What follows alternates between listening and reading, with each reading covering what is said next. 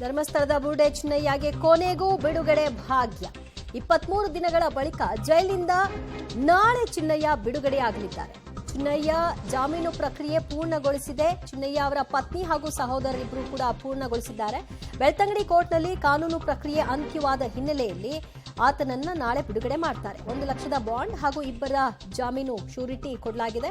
ಕಳೆದ ನವೆಂಬರ್ 24ನೇ ತಾರೀಕು ಜಾಮೀನು ಸಿಕ್ಕಿತ್ತು.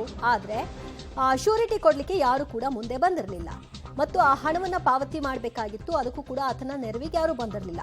ಈಗ ಹೇಗೋ ಅವರ ಪತ್ನಿ ಮತ್ತು ಅವರ ಕುಟುಂಬಸ್ಥರು ಹಣವನ್ನ ಹೊಂದಿಸಿ ಈಗ ಆತನನ್ನ 23 ದಿನಗಳ ಬಳಿಕ ಹೊರಕ್ಕೆ ಕರೆತರುವಂತಹ ನಿಟ್ಟಿನಲ್ಲಿ ಯಶಸ್ವಿಯಾಗಿದ್ದಾರೆ. ಕೊನೆಗೂ ಬಿಡುಗಡೆ ಭಾಗ್ಯ ಸಿಕ್ಕಿದೆ.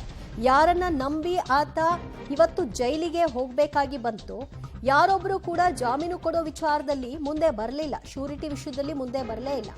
ಸೊ ಈಗ ಆತನಿಗೆ ತನ್ನೆಲ್ಲ ತಪ್ಪಿನ ಅರಿವಾಗಿದ್ದ ಹಾಗೆ ಕಾಣಿಸ್ತಾ ಇದೆ.